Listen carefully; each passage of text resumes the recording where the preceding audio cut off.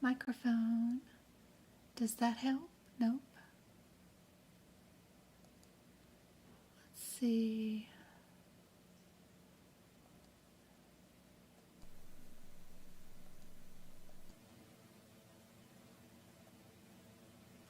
Does that help?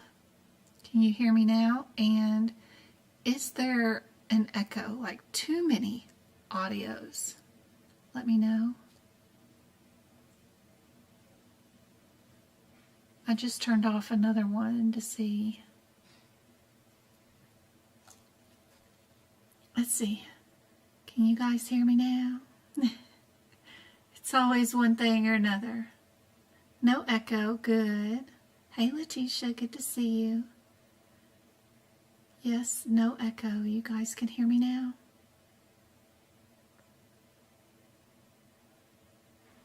Yay. Good to see you guys. So I was saying, just in case some of you guys didn't hear, I have to switch around our schedule because the boys have events. Travis has to cheer tomorrow night at another football game. And then Saturday is our town's Corn Fest. So James is volunteering to pass out root beer floats or something from 11 a.m. till 11 p.m. there.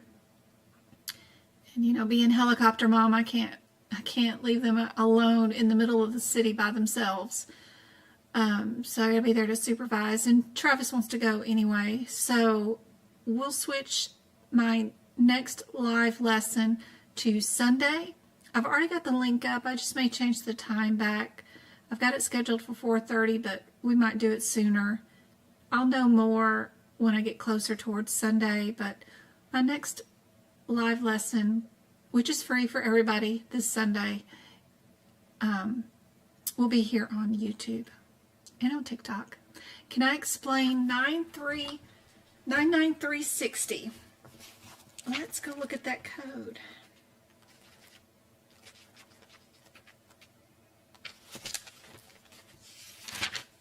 Oh, I got some more heads up too on the new telemedicine codes too, if you guys want to know about them. But like I said, those codes don't go into effect on a certification exam until maybe April or May of 2025.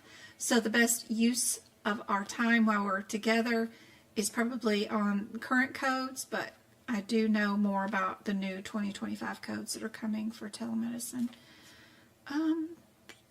than I did on Tuesday when we went live. 99360.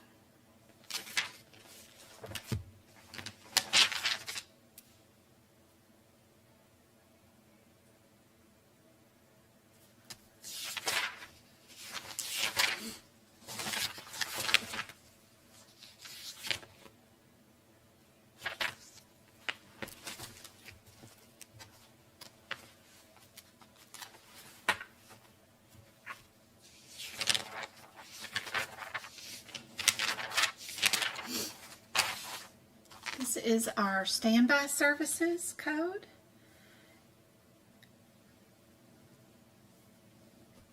It's requiring attendance to stand by, usually during a high-risk pregnancy.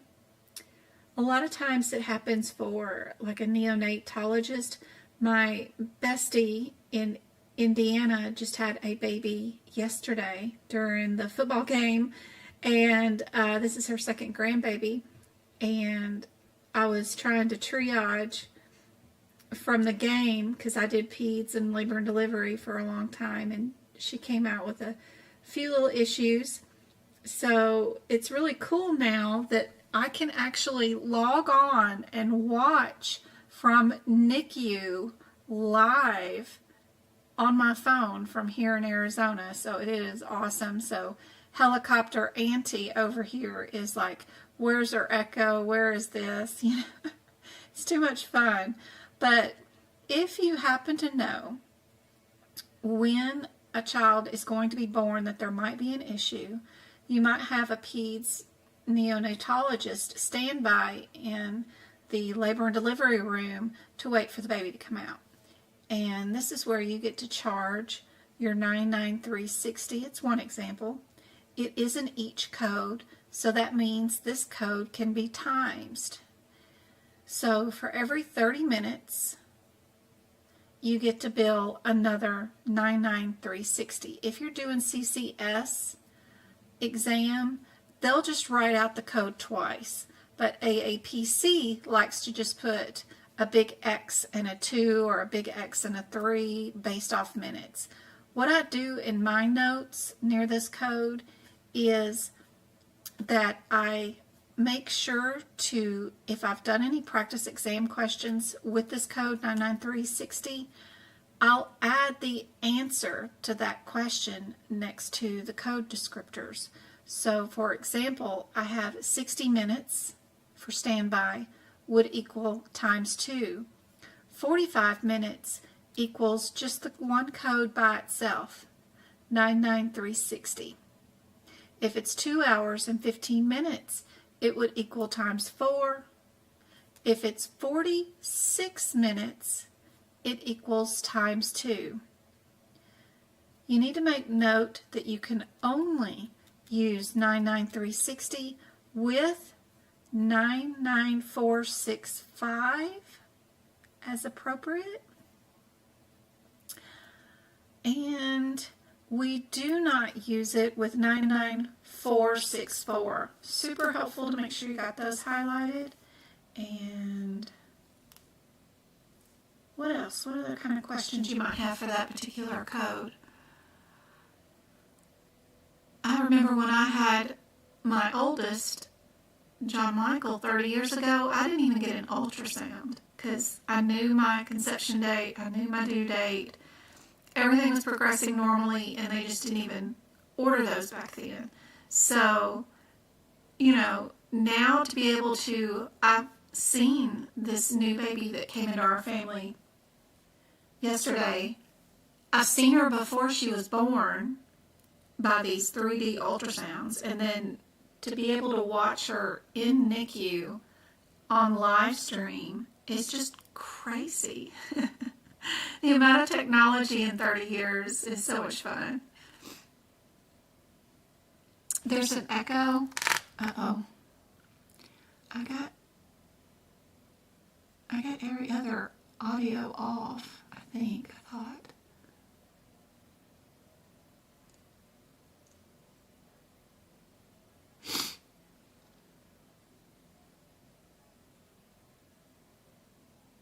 There's no other audio on.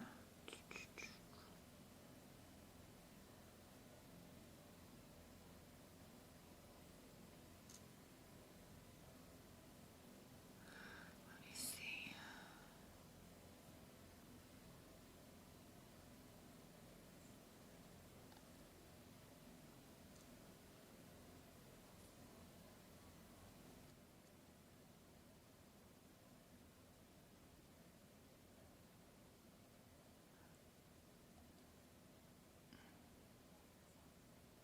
Okay. Does that help? Sorry, TikTok people. Y'all can't see nothing with me fiddling over here with this audio stuff. What do you guys think? Is that any better with the echo? Okay.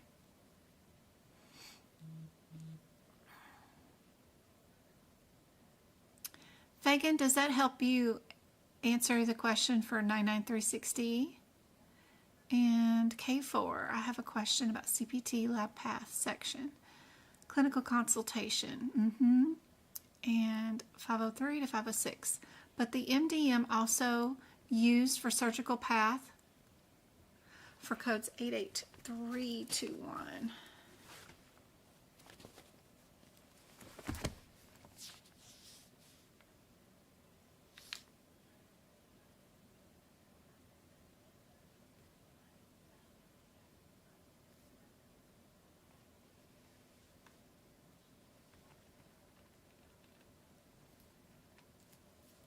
So 88321 are probably codes for consultation reports referred for elsewhere. So that elsewhere word, let's say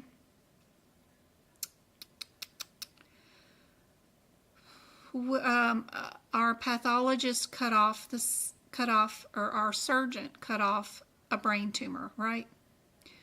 Our hospital did not have a pathologist, probably, that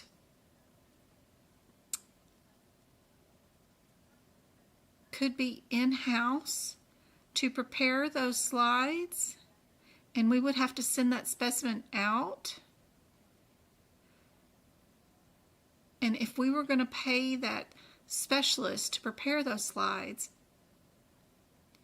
we would bill this code to get reimbursed for paying them to fix those slides out elsewhere. Let's see. And then the other ones, the 2-3.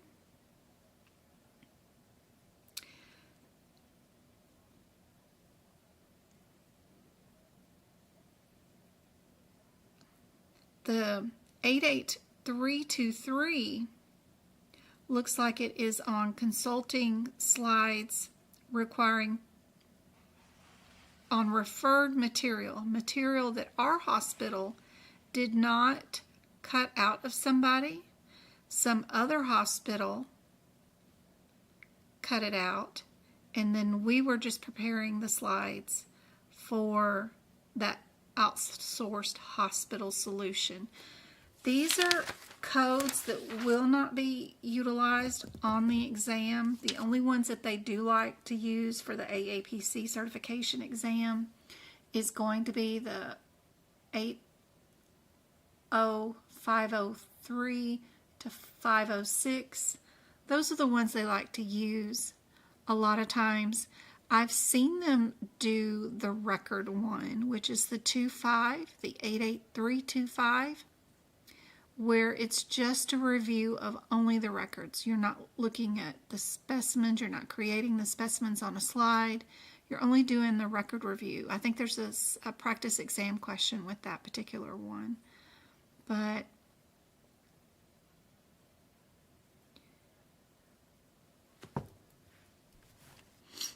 in the 80503 to 806, your hospital did remove the specimens, you are reviewing the records, you are creating the slides, and you are looking at the material and giving your opinion on all of it together, all in one.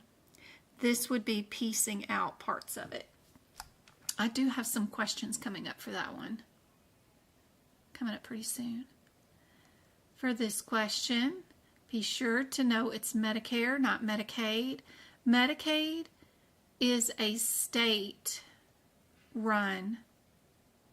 payer, not government-run as far as the federal United States, right? Medicaid is a state-run government program. So just a little difference there.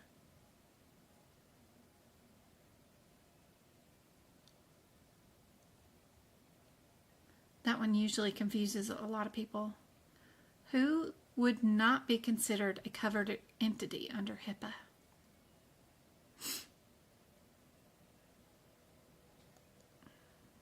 You're welcome. I hope that helped. Anybody taking their exam anytime soon?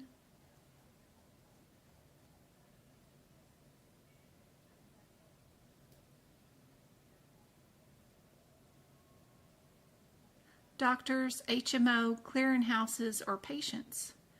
Who is not covered? November. Taking yours on Saturday.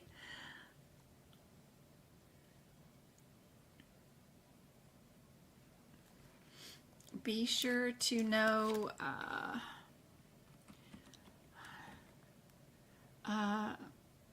what we're talking about with that one. Definition, E-D-R-N,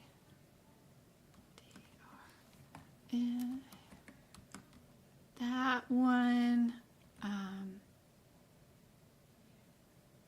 listen to my mom. ALS, BLS, Warthons,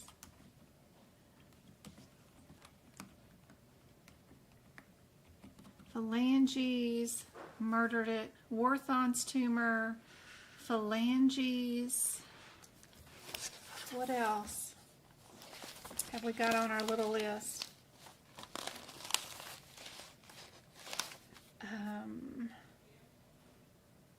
They can also call end-stage renal disease. Sometimes it's ERDS. The back cover of the CPT book has a full list of them. Our little baby came out. Do you know what that definition means?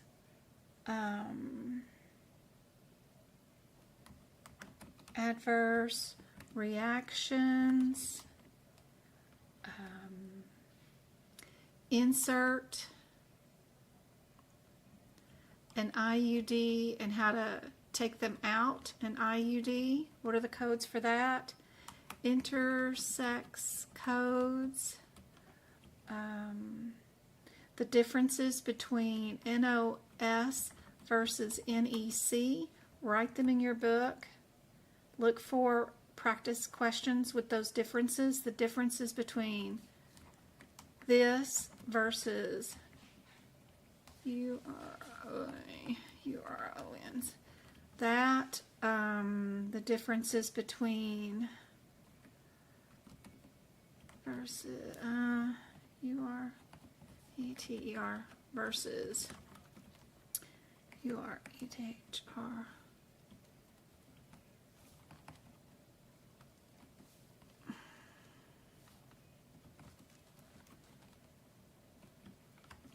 And overdosing.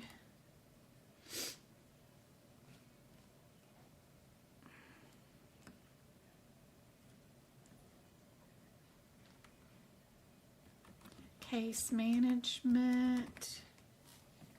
I have a question coming up on that.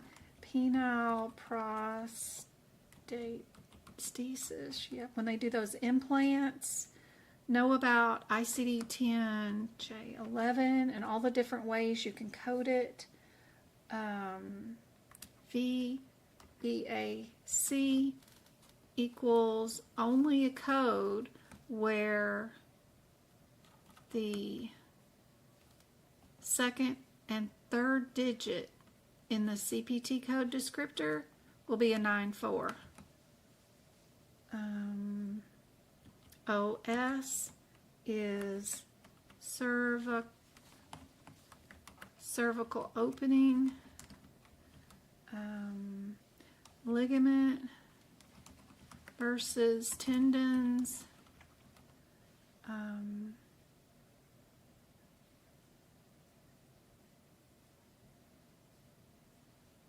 modifiers, 50, 51, 76, 77, 73, and 74, QX, QY,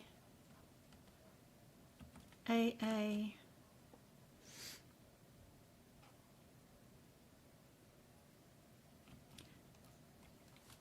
lipomas and masses equal only a 20,000 CPT code. We don't use integumentary for that area. I already said the gender assignment surgery, or intersex is what they call it. So, did I write that one down?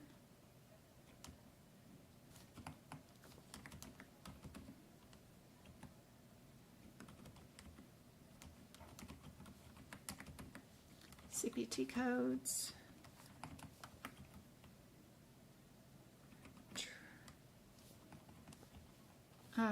Tissue transfer with a punch. Biopsy, different location. There you go. There's you about, I don't know, 20 questions and answers right there, at least, to know by Saturday. So exciting.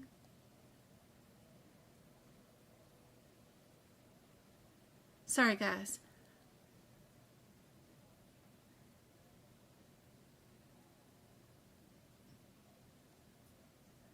Then is taking hers tomorrow. Oh my. Woohoo. Fraud and abuse. Yeah.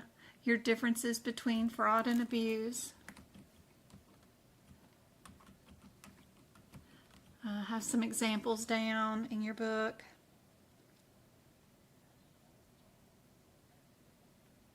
The fingernail vocabulary word, L-U-N, whatever that is. It's a fingernail.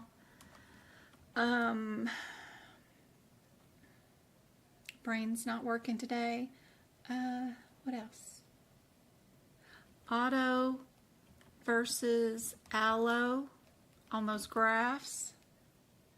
Know those differences. And the ambulance codes in HitPix, they're like A, B, C, D. It's one letter. Like this, you know, an S is on there, H is on there. There's one letter. Go find those. Those are next to the ambulance HitPix codes, but there's an actual chart identifying what those individual letters mean. Like S means you picked up the patient and took them to the hospital. S means like accident scene, and then H would mean hospital. There's one letter little chart. Go find that.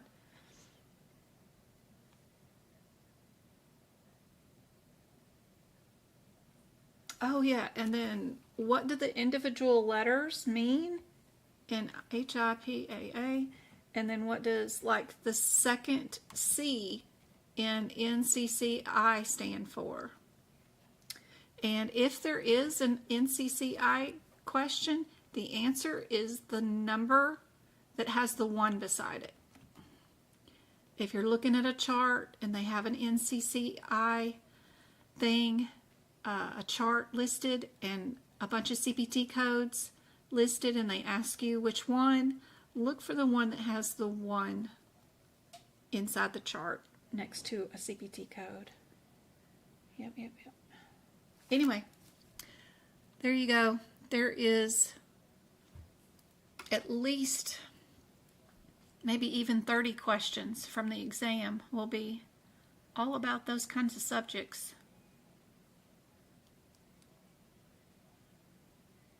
For sure.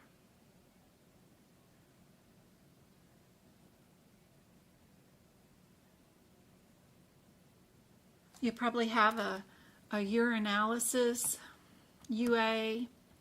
You'll have a path like a gallbladder path, the tissue from it. You know, what code are you going to do? That will end in an 04. Well, I know the last digit will be a 4. If they remove something from the brain, the answer is going to end in a code number 7. If there's any drug screens, never times. Don't times those. I'm going to fix the font.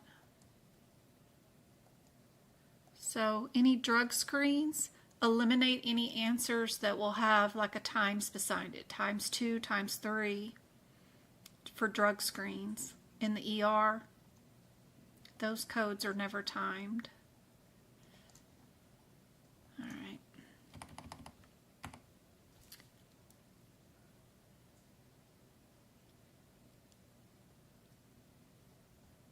All right. if we were going to do injections in a flat tendon, what would be the answer?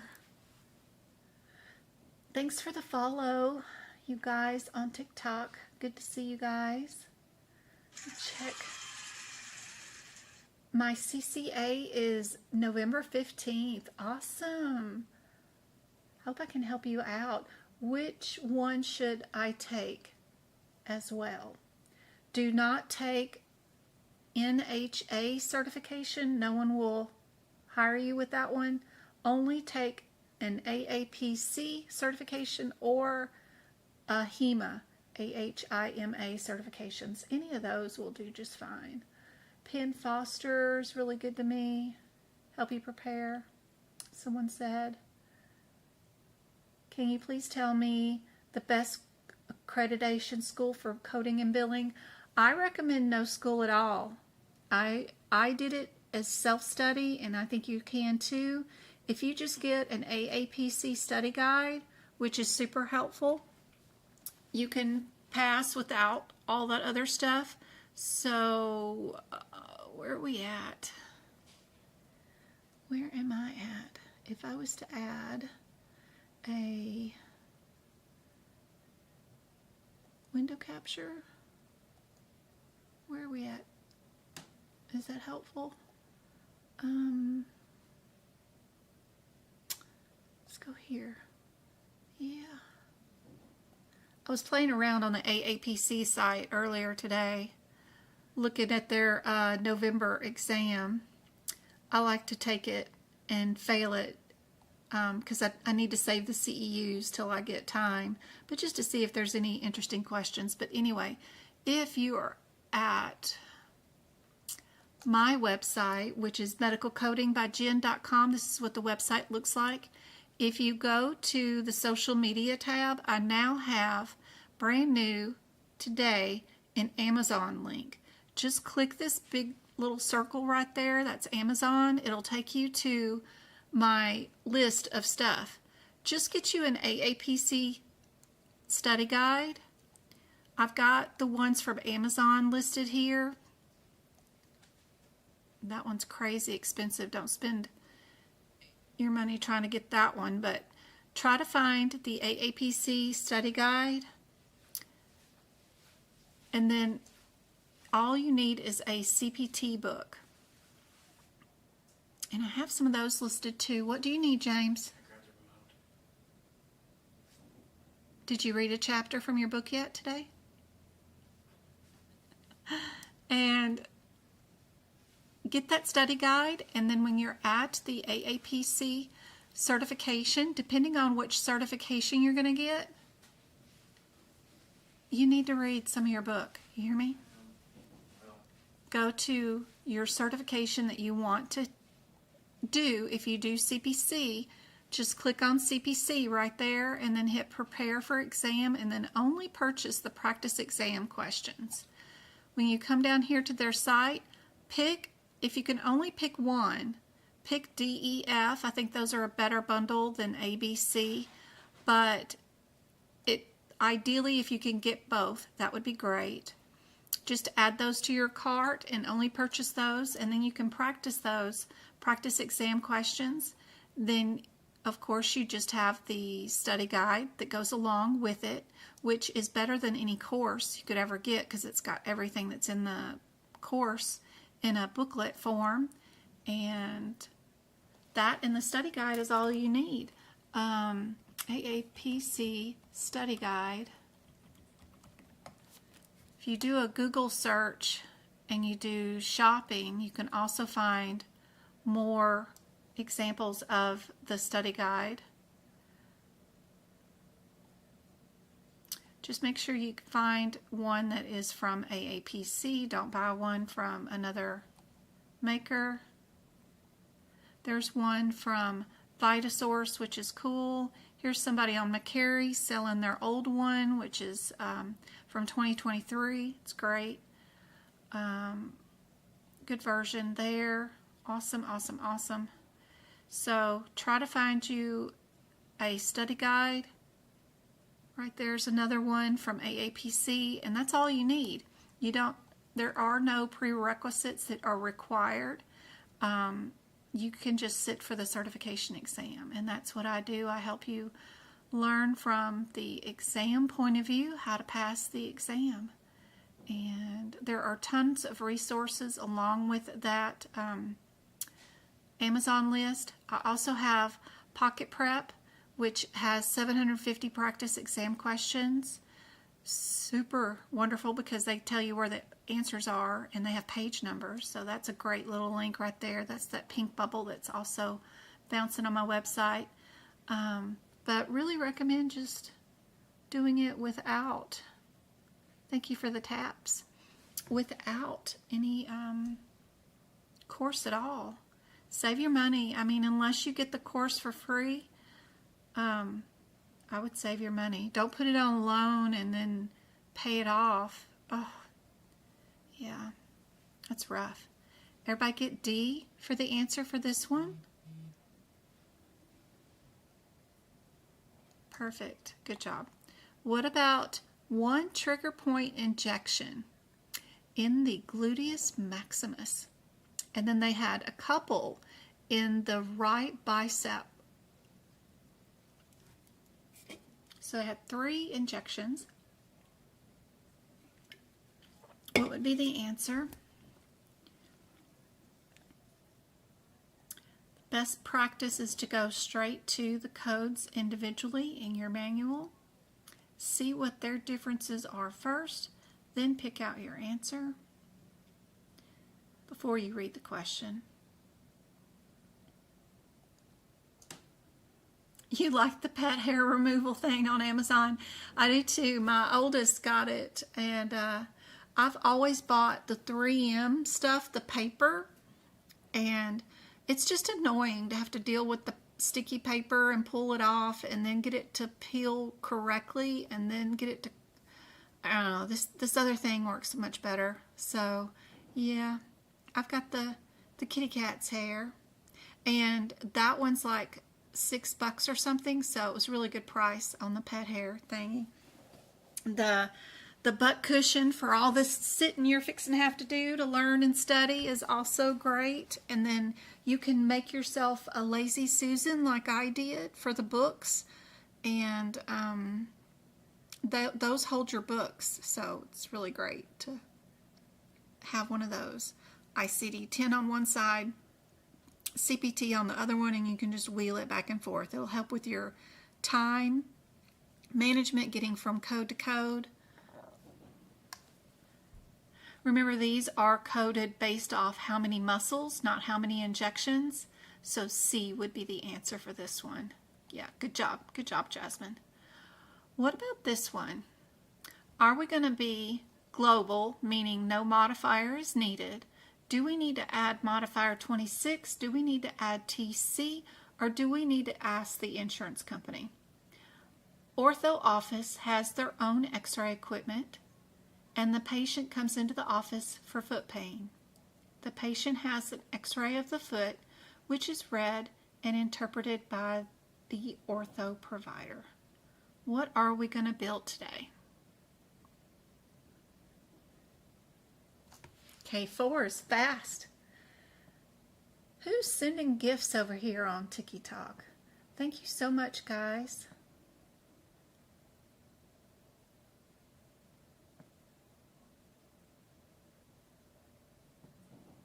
Guys are so sweet. Bev Scott, I love your little picture that you've got on your profile. And Mary, I don't know how to say your name. Sorry. I didn't learn phonics in the 70s. They just did not teach it to me. Plus, dyslexic and I don't know. I did first grade twice, and it still didn't help my grades. I was constantly a CD student. But now I teach medical coding, which is crazy. I just think that I just needed to be taught differently. And I'm more of a hands-on. I have to do it. I can't read it and understand and know how to do it. A lot of people can read something and follow the instructions and go for it. Great. I can't. I need to work out the steps before I know how to do it. So when they tested me in elementary school, I tested really high IQ, and they couldn't understand why one-on-one I could follow the instructions and answer the questions correctly. But you put me in a group full of people and there's no way. No way. I'm more worried about everybody else and what they're doing than I can focus on myself.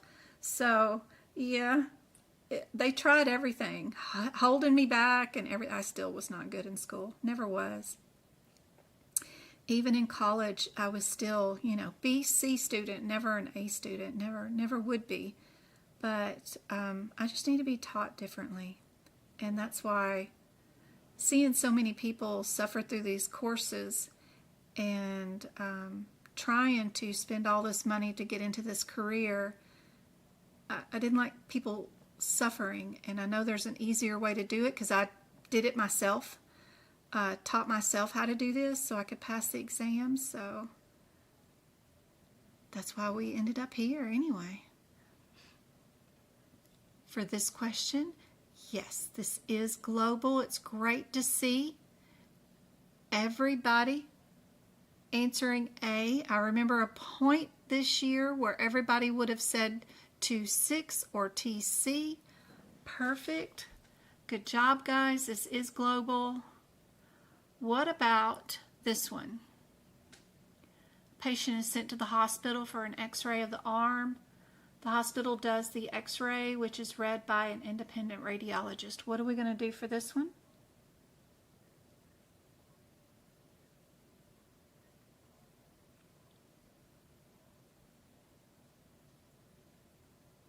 Me too, Focus. I don't know why they make it so obscure on their website. When I went to take my certification, I knew because my employer had been trying to get all of their administrators in the whole departments, everybody to get their CPC. So I already knew from them that all it was one exam. But if I hadn't known and I went to the website and didn't know that, because I worked in the industry, that it is just one exam and you don't need a whole course, I don't know how you tell from their website that it is just one certification exam, that you don't need the course, because they sell all these prerequisites and all these courses and stuff. But you can actually go in there and purchase just the study guide and just the certification practice exam questions. There are options where you can uncheck the course and just check the questions, but you don't know until you play around with their site and see what you can put in your shopping cart. It's kind of interesting. But they are for-profit organization, where AHIMA is a non-profit. Kind of interesting on this one, if you were billing for the hospital, it's one answer. If you're billing for the radiologist, it's another answer. So keep that kind of straight. This one, as the question is written, would be C. But if you are billing for the radiologist, then it would be T26. So be careful. The patient was sent to the hospital, and the hospital does the x-ray. So they got hospital, that's who we're billing for. It's going to be TC. But if we needed a bill for the radiologist to do their stuff, it would be the 26. We've got, are we reporting a condition, a category? We're worried about main terms. If we are we doing most specific or code that represents? I like to not read every word. I just like to see the differences between the answers A and B are similar, so is C and D. So what are their differences? One of them is most specific, one is code represents.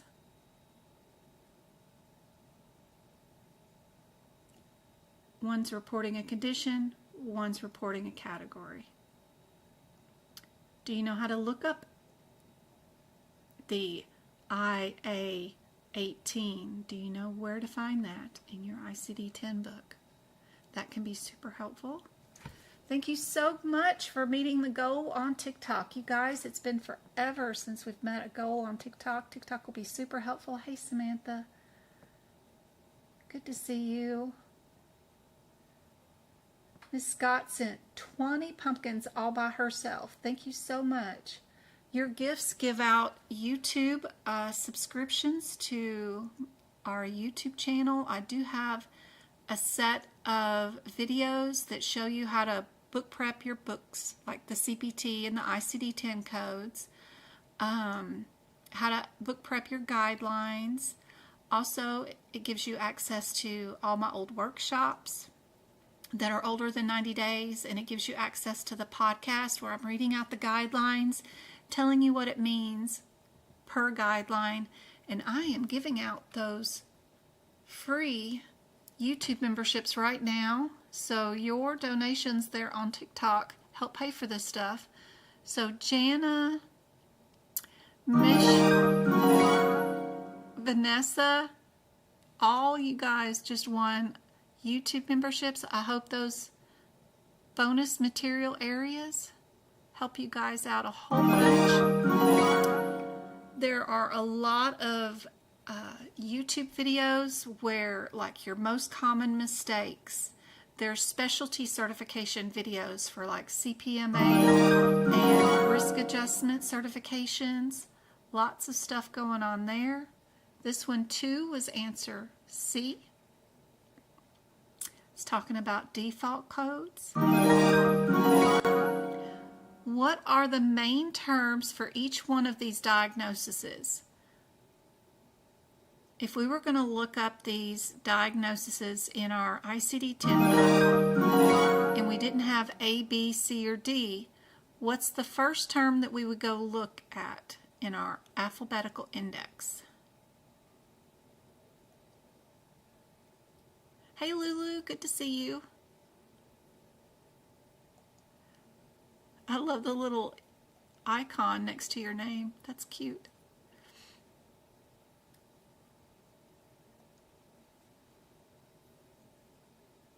So of course, for acute tonsillitis, we're going to go look up tonsils, right? Tonsillitis. For right hip pain, what are we going to go look up? What's going to be our main term?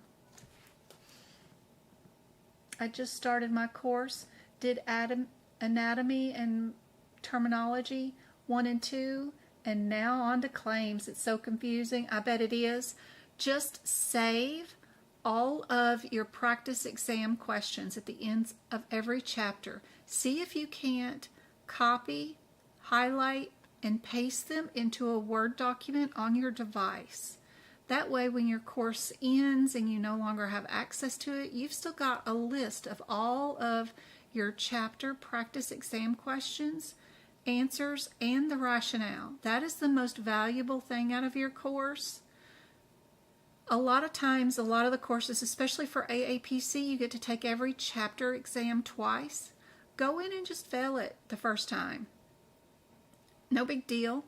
You can print that exam, save it as a PDF, bring it up, and then your second attempt at that exam, you can use the first exam's answers and results to answer the questions again. They might be in different order, but they'll be there.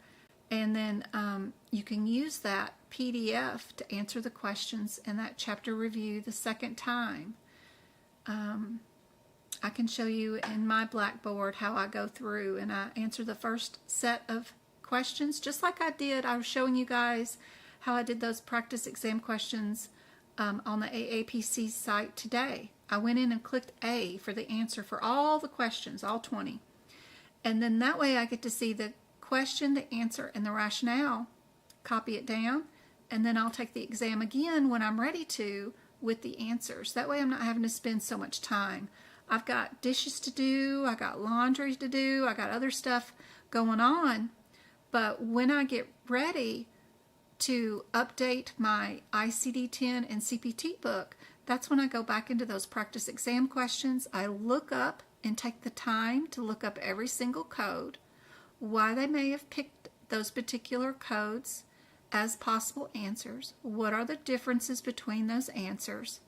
I put that example in my manual near the codes that it affects, like if we had a sepsis patient who had no organ failure, what was the answer?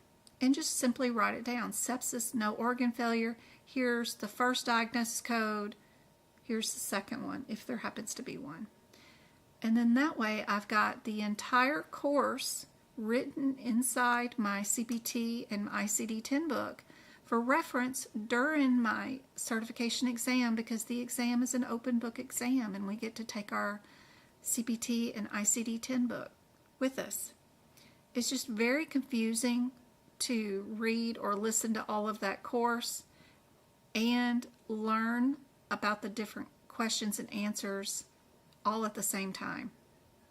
It's just way too hard. It's too much information. And unless you're working in the area, like in a medical office, doing claims at the same time, it's hard to put it in practice and actually understand it enough to do it. If you're doing it 8 hours a day as a job, then great, you'll learn it while you're doing the course. But if that's not your life, then don't put too much stress on yourself to actually understand what the heck's going on. You'll learn on the job. It's okay. Every office job, whatever you're going to do, even if it's with the health plan or with the doctor's office, they're going to have their own way of doing claims and codes based off contracts, which is different for every entity because nothing is universal in healthcare in the United States. So don't freak out. Everybody go. It'll all be different no matter what. Even if you take a course and you learn aapc's way of doing it, you're going to have to let go of that and learn something completely new when you get into the real life world of coding, because it's all different. So don't worry about that. You just need to concentrate on passing your certification exam, and that's where I can help you out. Pain, of course, is our answer for this one. Chronic sinusitis, we've got sinusitis. What do we look up when it's impending MI? What is our main term?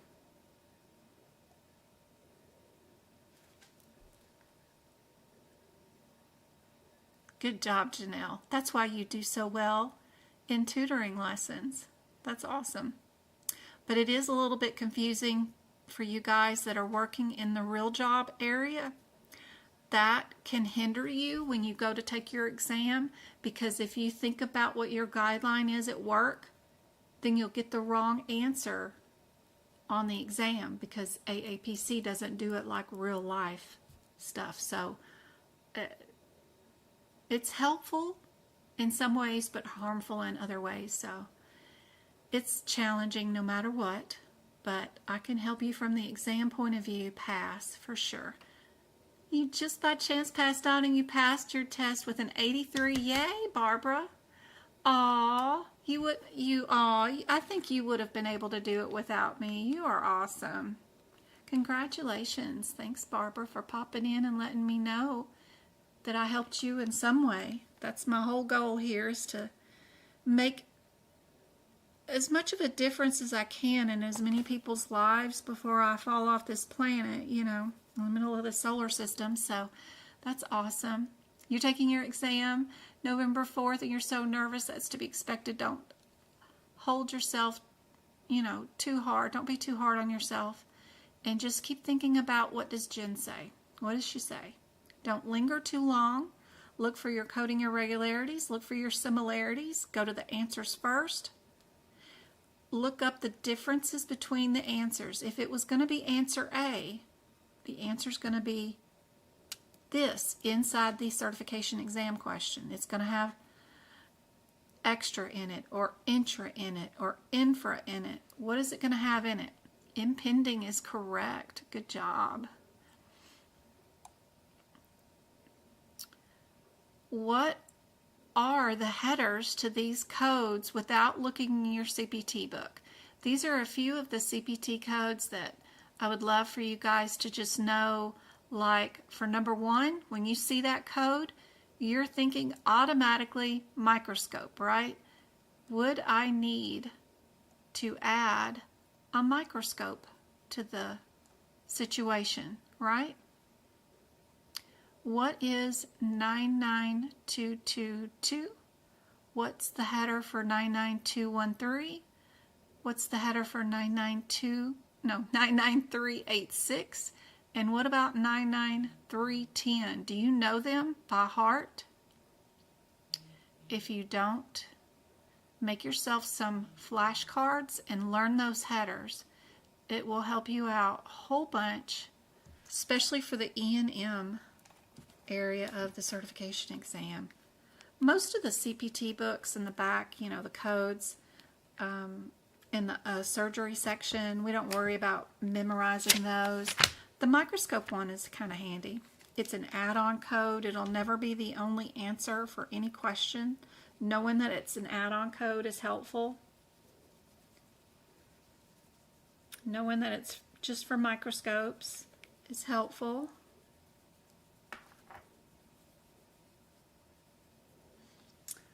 We got a new Isabella in the family. Our little 5-pound little girl born yesterday. One of my bestie friends. She's like a, well, I call her a brother from another mother, but she's a sister. it's too funny. But you know how you make your family, you know? Yeah. Too fun. So neat. I can watch her in the NICU from home on live stream. That's really crazy how medicine has progressed.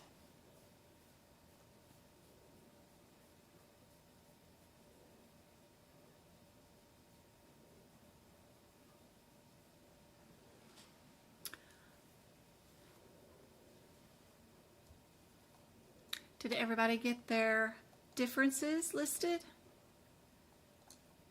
We got microscope, we've got an admit hospital. It's a moderate. We've got established patient, low. We've got a wellness exam, new patient. And we've got a nurse,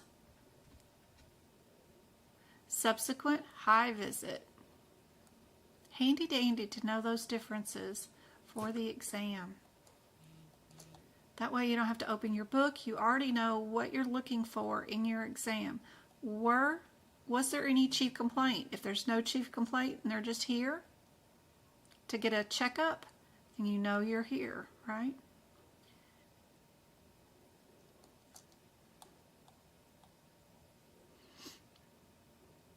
Here's one of those questions I talked about earlier for the ones that were taking their exam tomorrow or Saturday. Here's a perfect example of what we were talking about.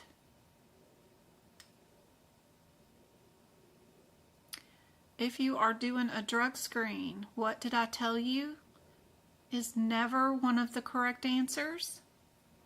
That should help you eliminate 2 answers right away.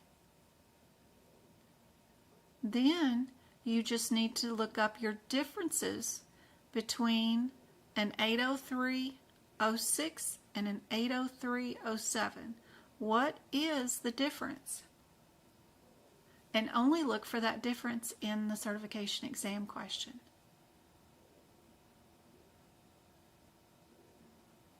The difference between those 2 codes is simply just a dipstick. Did we use a dipstick? If we didn't use a dipstick, our answer is 07. If we did use a dipstick, it is 06. There is an acronym definition list around pages 600, somewhere around there in your book, that'll tell you what a TLC means. Knowing where your acronyms are in your CPT book is super helpful. There's 2 places. Some of them are around page 600 in your CPT book, and then the rest are on the back cover of your CPT book. The very, very back.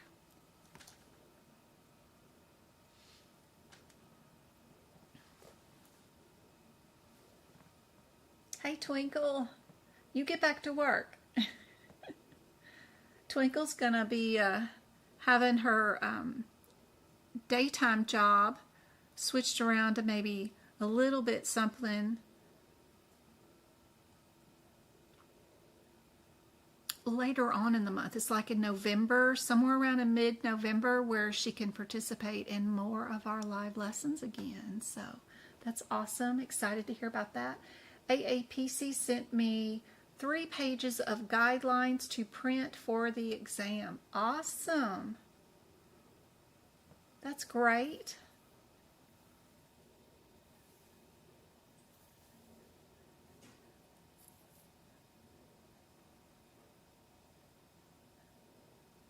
Anne's working on CIC now. Ooh, that one scares me to death. I've got the practice exam questions for it, and of course the course, if I wanted to take it, I've purchased all of AAPC's certification courses, but that one's mostly fill in the blanks, and good Lord, those cases at the end that have like 23 CPT codes and ICD-10 codes listings that you got to look up and fill in the blank for CIC is insane. I can get, I don't know, about 85% of them per question. I can't get all the questions 100% correct. Some of those individual differences are really crazy, but super fun to practice and play around with. But Lord, I don't know if I'd want to sit for that certification exam. That's rough. You're smarter than me. You passed your CCVTC and did and more. Congratulations. Woohoo! Thank you so much for coming back and letting me know. She helped me pass her CCVTC. Those cardio notes helped so much for my CPMA. Didn't they though? Oh my gosh, I got a CPMA workshop that is to die for. That if you are having problems passing your CPMA, I've got CPMA notes specifically for that. And then I also have a workshop where you can watch, and it just goes over those cases at the end that there are multiple questions per patient chart. How do you answer those? Yeah, super helpful. I'm so glad you got your CCVTC. That's so cool.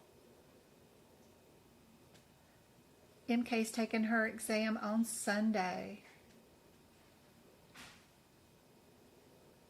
Your notes are bomb. Thank you, Anne. I put a lot of work into them. They are a passion for sure. I know I wished I had had them when I took my CPC exam. There was nothing out there except for this bundling stuff and marking the one-word difference that comes after the semicolon. That was just a waste of time, a total waste of time. It did not help at all. So when I made a TikTok showing people, okay, there's an easier route. You don't have to take a course. Just practice the exam questions and the study guide, and you can do this. People asked, how, give me more. How did you do this? What did you do for your notes? Yeah. So, yeah, it's super cool. I wished I'd have had these when I was taking it, but now you guys got it, and I'm super glad I could help. Thank you so much for saying so.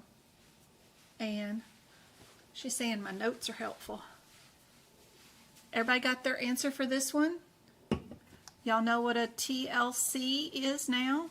It is a machine that just sucks up the urine and spits out the drug screen results. The 06 is a dipstick that you put the dipstick inside the machine and then it tells you what the results are. Super helpful.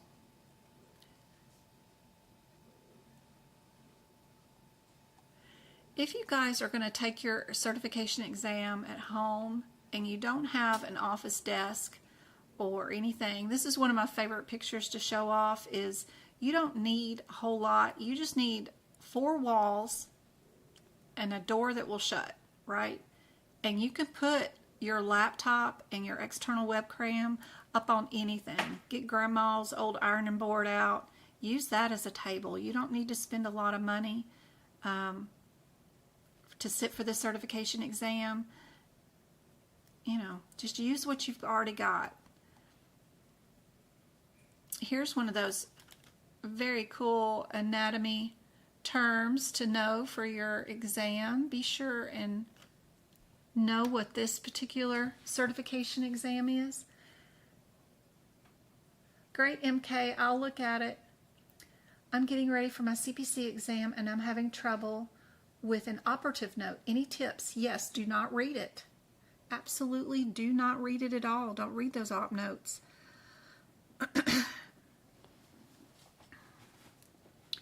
Go to the answers first. Look up the differences between the codes. Most of the op notes are like, you know, maybe in musculoskeletal, right?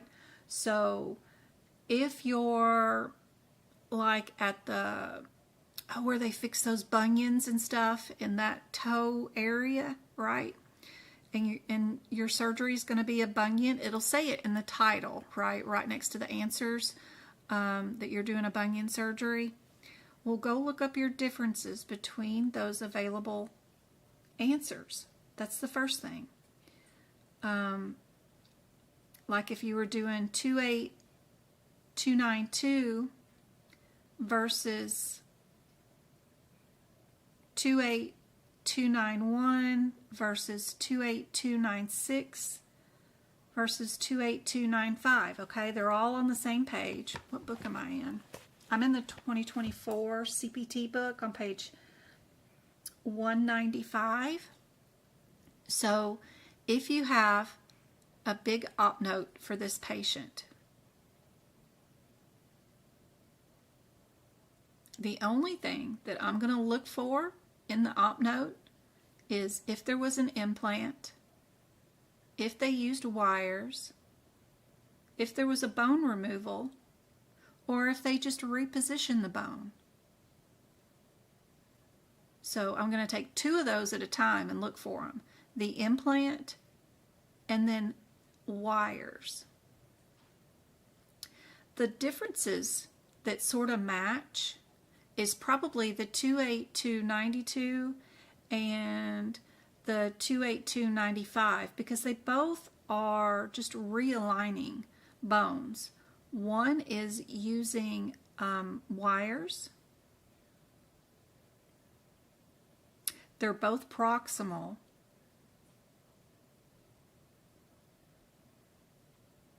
So those two are probably the closest together.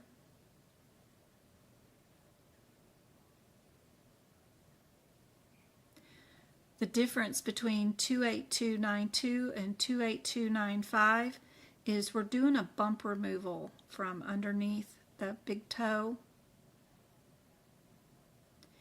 And then 28295, we're just realigning the long bone in the foot. So are you dealing with the foot part or are you dealing with the toe part? We got phalanx versus metatarsals. So those are just the differences. Are we digging around and messing with a phalanx or are we dealing with a metatarsal? Super easy to look through the op note to see what you're playing around with and what you're messing with. That gives you direction on where to look in the op note and what to look for, you know? looking at those differences between those answers. Another thing that is super helpful is a lot of times the answers are far apart.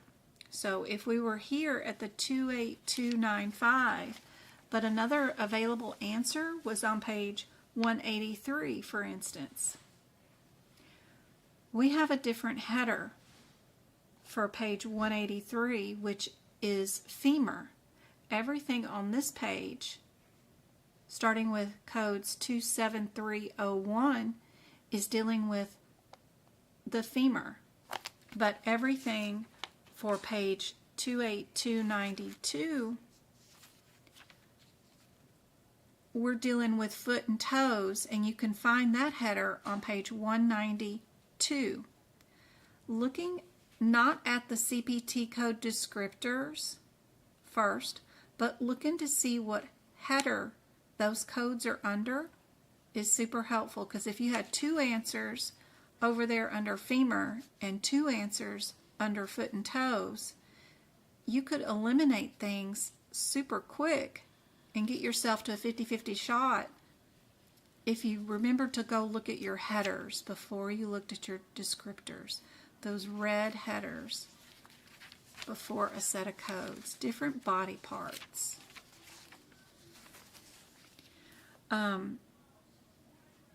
Knowing that 28292 is removing a bump underneath a bone comes from learning what the words inside the CPT code descriptor are talking about. For 28292, understanding what a bunionectomy is and a sesamoidectomy is, putting that in layman's terms so you know what to look for, and then how do they perform that procedure comes from looking up the code in like encoder, so that you understand that they did that particular one with wires to secure it down. 28296, you wouldn't know from the CPT code descriptor, but they cut the bone out by using a V-shaped removal. Sometimes that information is helpful, but boy, it takes a lot of work to go find that information in like encoder. But the main thing that you guys need to know on these codes for the exam is that 28292 includes an implant. That's inside the CPT code descriptor. Just put underneath it implant. For 28292, it's proximal. Highlight that. For 28296, you're distal. And then 28295, you're proximal.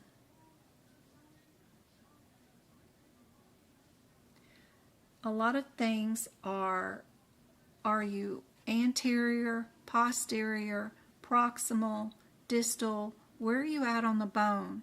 Are you doing a primary procedure or a secondary procedure? Are you doing single or multiple? Marking those differences before your exam is super helpful. And then like in code 28289, where it says this one is without an implant, I put one line through the word implant at the end of that CPT code descriptor because it doesn't include that implant. And just marking that out gives me a visual alert to say no implant on this one, but 28291 on the second page includes the implant. So if I'm looking for anything that is an implant, I'll know with one glance, without having to look and read the descriptor during the exam, that 89 has no implant and 91 does have an implant. Key point to all this mess is looking for your differences. We're still on page 194. If you're looking at the codes 28200 and 28220, the main differences between those groups of codes is the type of tendon that you're playing around with. Are we doing a flexor or an extender tendon? 28225 is extender, right? And then we've got 28220 is a flexor. And then 28208 is an extender, and 28200 is a flexor. So first thing you're going to do is have those differences highlighted. Flexor is green for me and extenders are blue for me, so I just highlight them.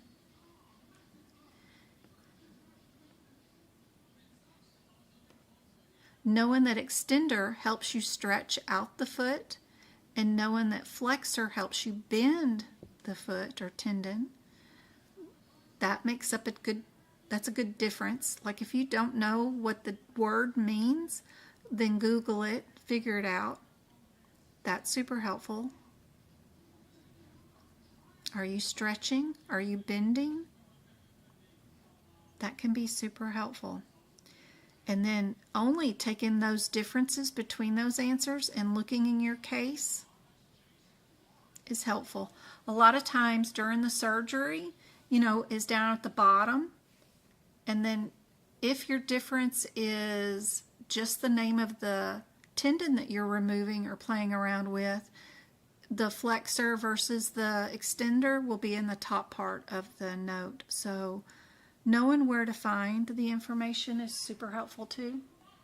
This particular answer that we're dealing with back here on our website or our Word document is dealing with our fingers and toes. It is super helpful to know those differences for our exam. This one is one of my favorite questions. I show it off all the time. Are we a C3, a C7, or an 8, a Z8? Are we a status code? Are we a cancer code? Another difference is knowing that everything from C1 to C6 is primary cancer, and everything from C7, 8, and 9 are metastatic cancer.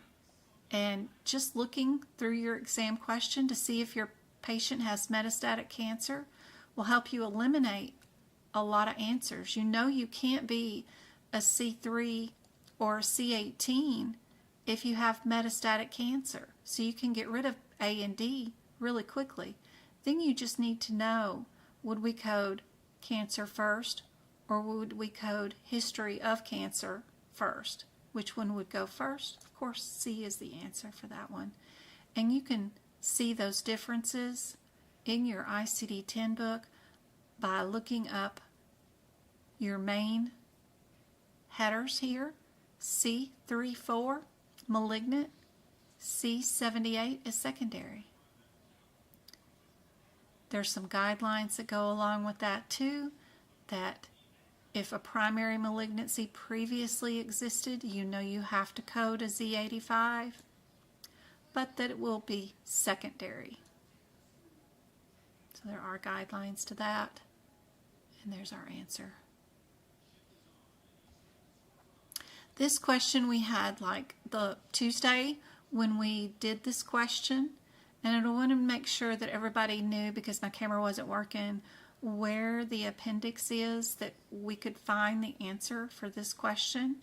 And I wanted to make sure that everybody knew where to find it. When you see 9, 5, 9, 11, and 07, be sure to go to Appendix J, and this is what it looks like. Right? So our question was of the wrist numbness, right? And if we did 5 of each arm, it's kind of cool. We'd have 10. Can help you answer this question.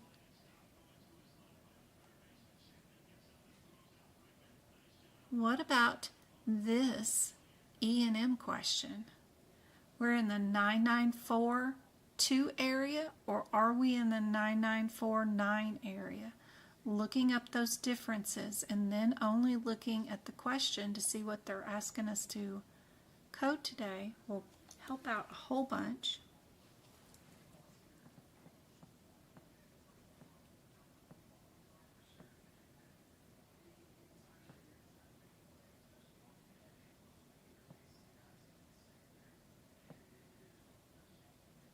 Nicole, I hope that helps you out a little bit. See some of those differences between those op notes.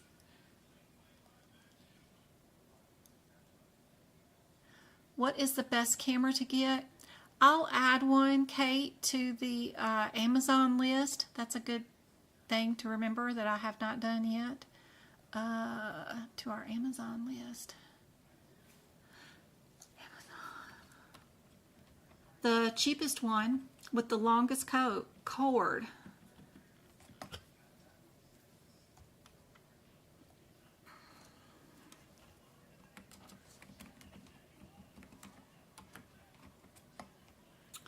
External webcam with, do they have one with like a 10-foot cord? Mine is 6 foot long or 5 foot long, and it was barely long enough because the camera had to be 5 foot away from me. So if you can get one, it's a little bit longer, that would be great. Yeah, we definitely want USB, and I want good ratings. I used my son's, yeah, I used that $19 one. It worked. I just wish the cord was just 1 foot longer. Would have been nice. There's even a $17 one.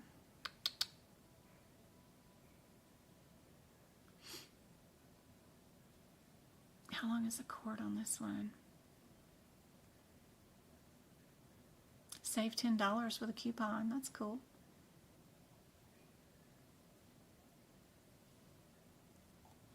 Have any with they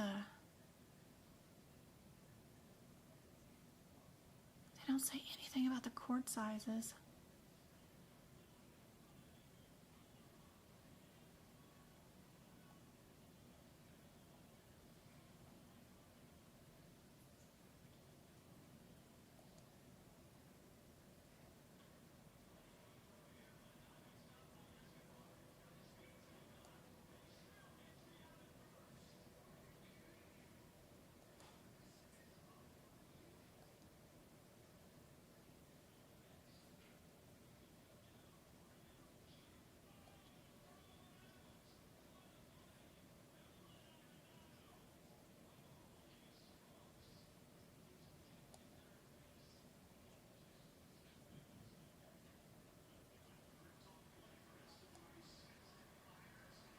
How do I edit my list?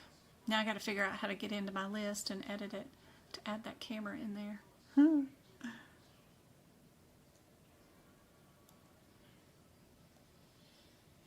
we go, manage list.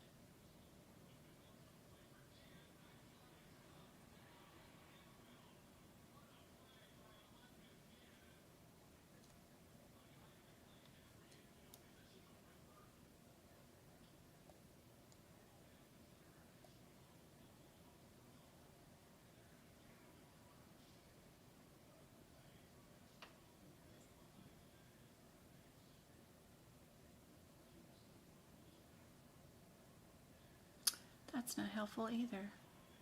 Good gracious.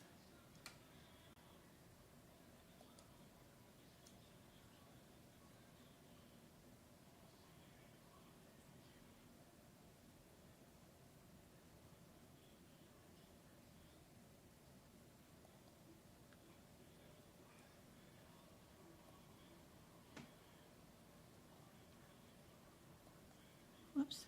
Manage.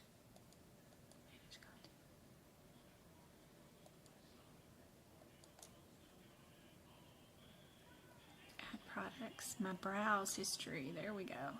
Add product.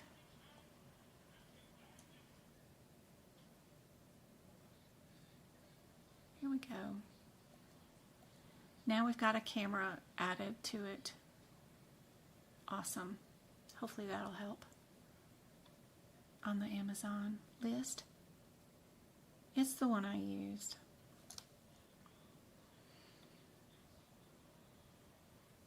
What do you guys think is the answer for this one?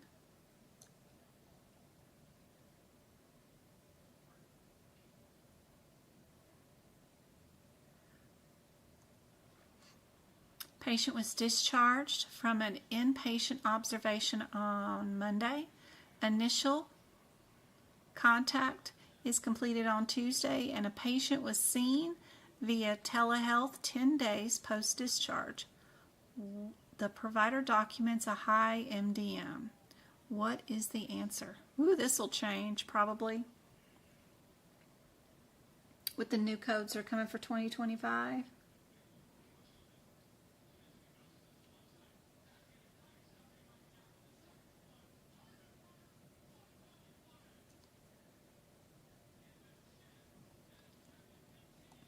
RC, transitional care management, contact with the patient. Everybody got C? Good job.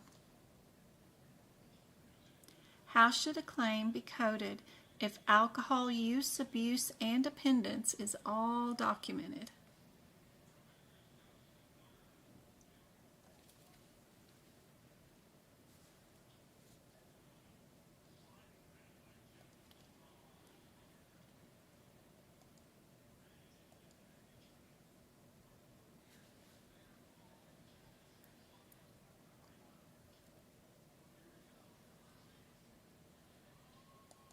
So I updated the Amazon list to include the camera that I used. So it's there for you guys. Include if you want to make your little woodwind Lazy Susan thing. Super handy dandy. And the bottom cushions. Good Lord, don't spend $170 on a CPC study guide. Just use that as a picture reference because that's just outrageous. Don't spend that for that. There are cheaper options. I'm fixing to come out with my own version of this study guide that just takes the study guide and its chapters and breaks it down into like bullet points. Just what you need instead of all the big paragraphs, because I can't learn from reading, you know, guys, I can't do that. I got to learn by action points, you know, so it's almost done. I'm working on it.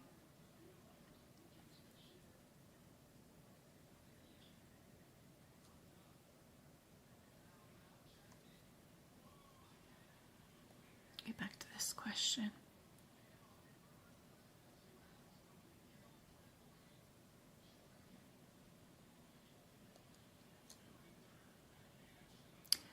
This one, we've got this lovely little thing. If you happen to have the AAPC version of the ICD-10 book, they have a wonderful little drawing inside their ICD-10 book that I love. It's like a step stool. And if you don't have the AAPC version of the ICD-10, I recommend drawing this little picture in your book. It's wonderful.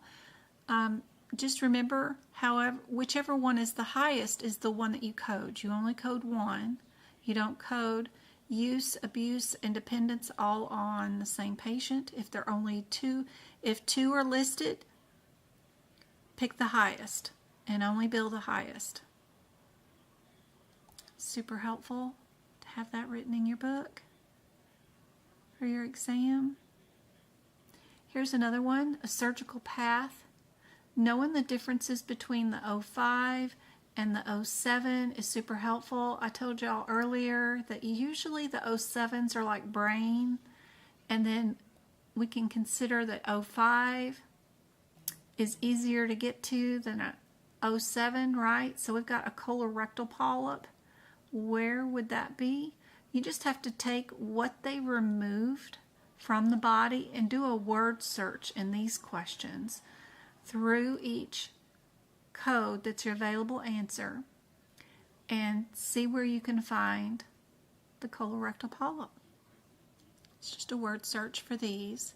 Don't forget to look up to see if you need a modifier. Modifiers that are not included inside the CPT book, be sure to know the rest of them are located in your HitPix book. Our next live free lesson is going to be on Sunday in the afternoon sometime around 1 or 2 or 3 o'clock, whenever we get up and laundry going and dinner done. We'll come in here and I'll do 2 more hours of free live lessons for you guys.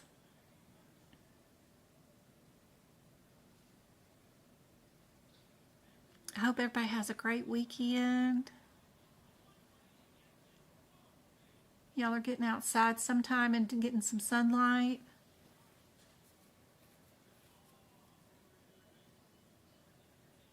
This one's B. Good job. Which of the following types, when the eyes are not aligned properly, with one or both of the patient's eyes are turning inward, what are we talking about? Hyper, hypo, SO, XO.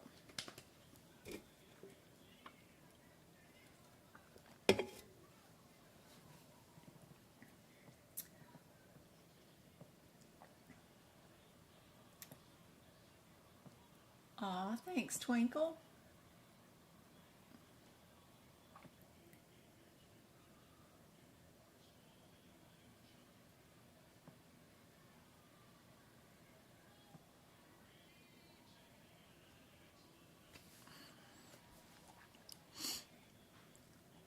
Good job. Perfect. Which of the following can help and be used to determine low medical decision making? This is on page 9 and 10 of your CPT book. Learning how to use that chart, super helpful. Which one of these is low medical decision?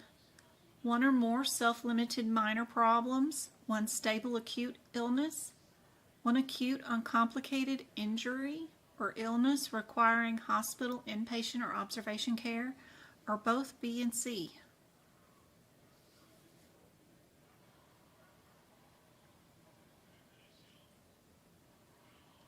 Which one would be low?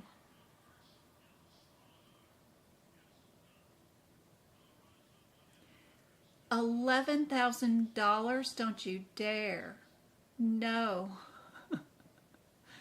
I did this without any course. Easy peasy. You can do this by just purchasing 2 exam attempts, getting you a study guide, getting you some practice exam questions, purchasing your manuals, you need 3 of them, and then that's it.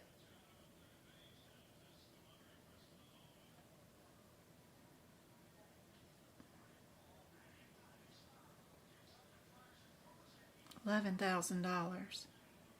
Oh my Lord. They've lost their minds. Now, once you get your certification and you start working somewhere, if you want the associate's degree, go to your local community college and take a couple of classes at night, get your employer to reimburse you, and you can end up with an associate's degree in applied science for free. You can get a grant, and you can get your employer to pay you back too on top of it, and Lord have mercy, take all your grant money, put it in your Roth IRA and let it sit there for the next 20 years while you work. Don't finance medical coding career. Don't do that. Get yourself 2 certifications, CPC and CRC, or CPMA, or a CCS. Get you 2 certifications, and you will be a step ahead of everybody else.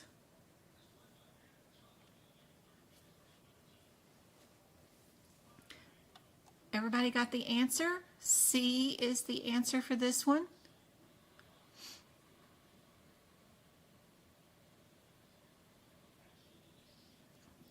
This is one of my favorite ones to do because knowing that your second and third digits have a difference. If your answer is 9-4, then this is just a natural delivery, right? If your patient ends up having a C-section, then you know A, B, or D is your answer. So looking through your question to see if the patient had a C-section, and they did, that helps you eliminate C. Super fast, right? Now all you got to do is figure out if you have 2 or 1 CPT code for your answer today. If it's 1, then you've got a modifier that goes with it.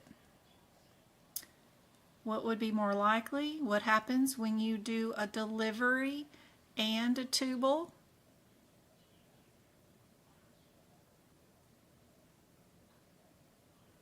$11,000, giving me a heart attack.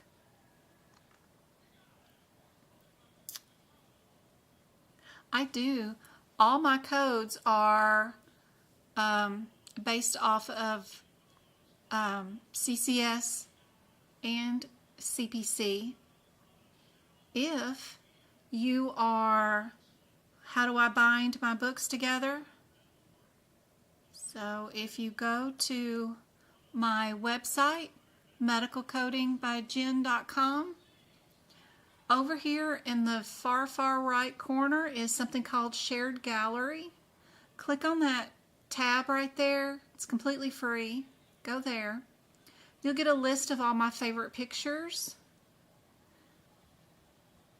And, you know, how do you get an extra hour to take the exam in 5 hours and 4? How do you get your books to stay bound together? How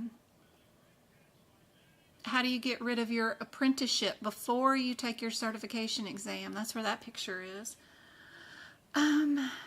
There's also, what are your favorite pens? Where's your favorite camera?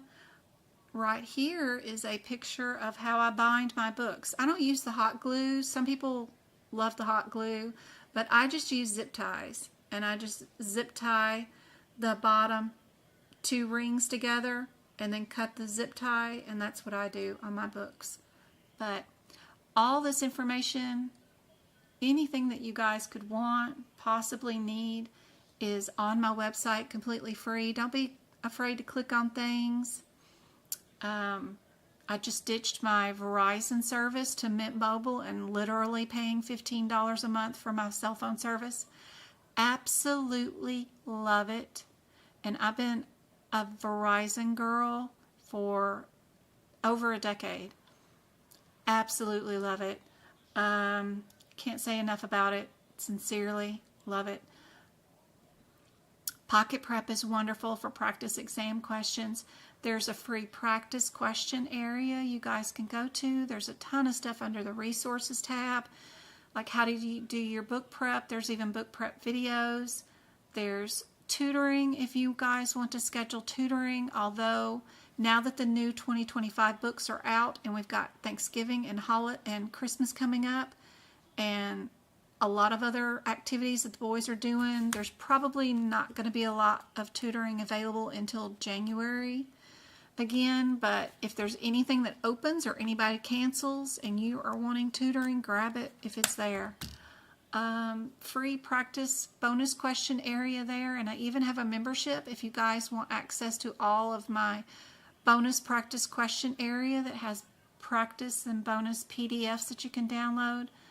I have that membership area too. And then if you guys want to do CRC for your second certification, I have a practice area question place for that too. Tons of stuff, tons of free stuff for you guys to play around with. Additional educators too. If I'm not your cup of tea, there is a full list of people that love to tutor and can help out too. There is a new Amazon list, so all my favorite stuff for Amazon is right here. I'll put my chair and my desk here too tonight, but I love all these and actually use everything that's here. So everything that's here is something I have and purchased. So absolutely. Get rid of that. Our OB and delivery question. I gotta go get Travis from Cheer. Is our A. Interesting thing about usually in our CPT codes, the smaller the code, the smaller the procedure. But this one in OB and delivery, which is unique to all the other code sets, we do everything. That's more expensive procedure than what's in the 14.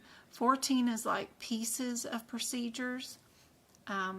It's where we might not have done all the OB, prenatal care, stuff like that. So it's kind of cool. Interesting to pay attention to during the exam.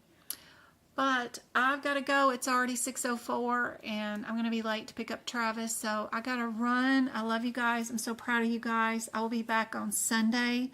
We'll spend Sunday for free, you know, totally free. Going to do 2 more hours of live lessons in the afternoon on Sunday. I think I've already got the link up on YouTube, so I hope to see you guys then. You guys have a great weekend. I hope this was helpful, and I will see you then. Be sure to comment on any of my videos of any kind of things that you guys want to talk about or want me to go over for you on Sunday. I'd love to see your comments. I hope this is helpful. Thanks, Twinkle. Thanks, Go Kart. Thanks, MK. Best of luck on Saturday, girl.